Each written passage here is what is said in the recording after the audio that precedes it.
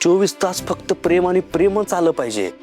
रागाच्या आधी पण प्रेमाची भावना आली पाहिजे तुमच्या मनात. असं मग आता काय करू, कशी व्यक्त करू प्रेमाची भावना? लई काही कष्ट घ्यायचे नाहीत तुम्हाला. आता तुमच्या नवऱ्यानं एवढ्या मेहनतीने ही पेज बनवून आणली ना तुमच्यासाठी, ती फक्त प्रेमानं प्यायची. एवढं करा, सध्या पुरतं एवढं बास आहे.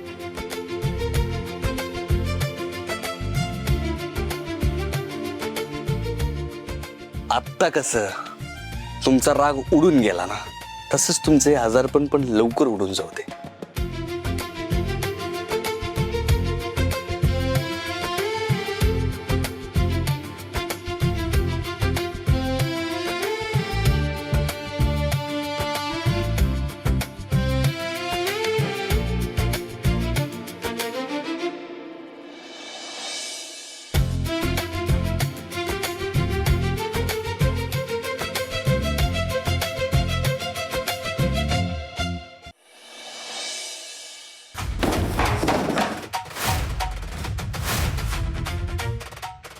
आज त्या सत्याचा माज बघून त्याची मान फिरकळावीशी वाटत होती मला. खूप पोचलेला आहे तो. मी खूप प्रयत्न केले आज त्याचा अख्खा माज उतरवण्याचा, पण त्याने त्याचे कॉन्टॅक्ट यूज केले आणि त्या मंजूला माझ्या समोरून घरी घेऊन गेला. साहेब त्याचे आरोग्य मंत्र्यांपर्यंत ओळख आहे त्याची. आज माझा तिथे इतका इन्सल्ट झालाय आणि तुम्ही गप्प. मला त्या मंजूची माफी मागायला लावली त्या मंत्र्याने.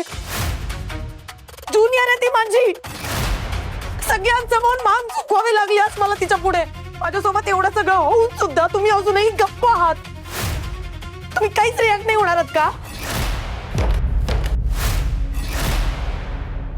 मस्करी वाटली तुला? मस्करी वाटली? इतकं सोपं वाटतं तुला सहज सत्याने मंजू तुझ्या ताब्यात येतील?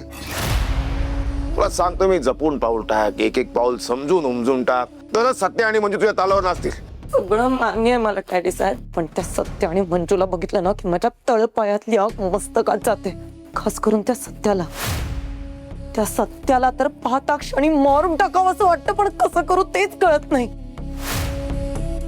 बबडे, शत्रूच्या वर्मावर घाव घालावा लागतो.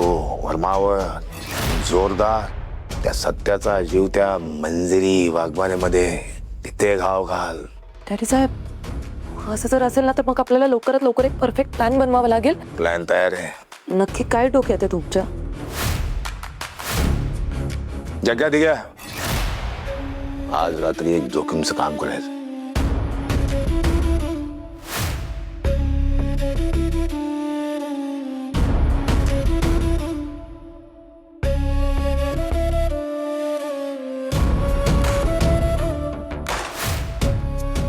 काम झालं पाहिजे. हो तात्यासाहेब.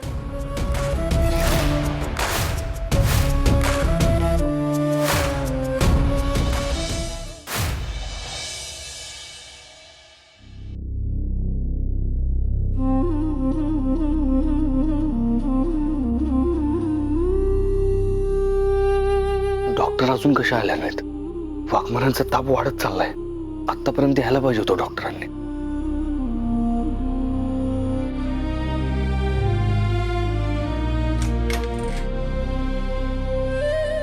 डॉक्टर, बरं झालं तुम्ही आलात.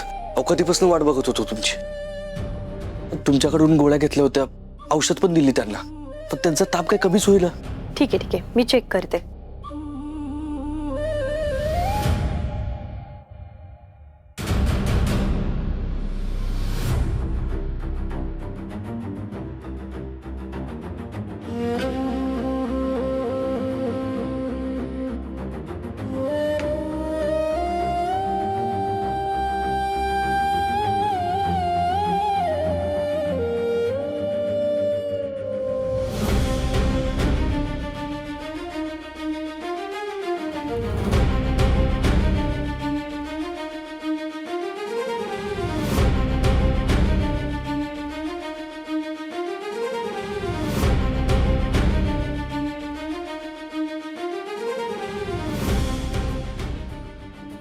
हा मुदतीचा ताप असावा असा माझा अंदाज आहे, कारण मेडिसिन चालू असताना हे ना ताप निवायला पाहिजे होता आणि आरामही भेटायला पाहिजे होता.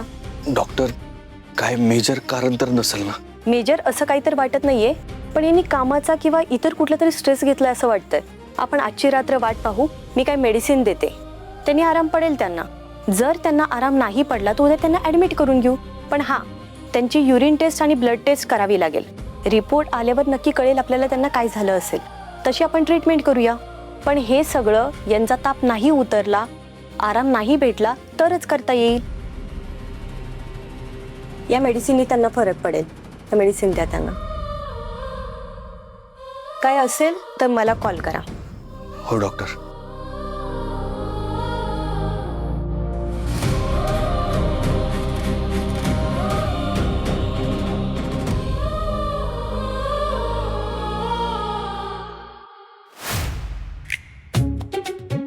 असं कसं गेला ती मंत्री न भेटतच? तो काय फक्त सध्या नाही भेटायला आला होता का? हे खप लक्षात नाही. मी काय भेटायची बोलते का? ह्याच्यावर तुझं काय म्हणणं नाही का? मी आता आपलं फक्त तुमच्या बरोबर आले होते. माझं काय म्हणणं असणार आहे तेव्हा? कशी कशी ग तू? अगं अपमान झालाय आपला, अपमान. गावात मंत्री येतो आणि आपल्याला न भेटत जातो, ह्याला काय अर्थ आहे का?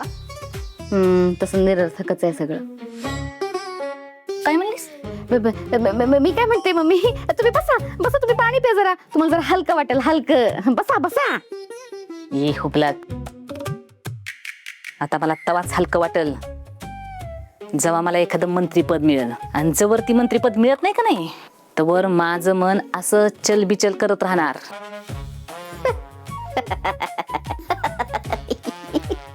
करायला काय जॉक केला? मी जॉक केला? नाही नाही, जॉक नाही केला तुम्ही.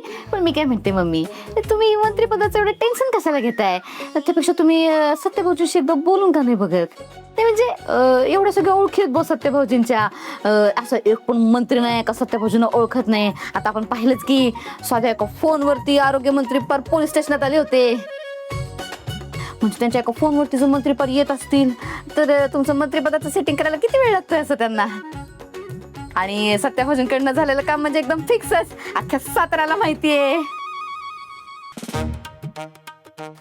स्वप्नी, कवा कवा हुशारीचं बोलतीस बघ तू. म्हणजे मधनच का नाही तुझं डोसकाचं एकदम जिन्नस होऊन जाते. जिन्नस. जिनस? अगं ते ते हुशार हुशार हुशार हुशार. जिनस म्हणजे हुशार? मम्मी, जिनियस असते ते, जिनियस. तेच तेच. म्हणजे का नाही तुझं डोसकं एकदम जिनियस सारखं चालतंय बघ. थँक्यू. स्वप्ने, तू म्हणलीस तसं मी सत्याशी बोलन खरं, पण सत्य माझं ऐकलं का ग? तुम्ही जरा थोडं वेळ घेऊन बोला बघा. आपण आपल्या चांगल्याचीच अपेक्षा करू.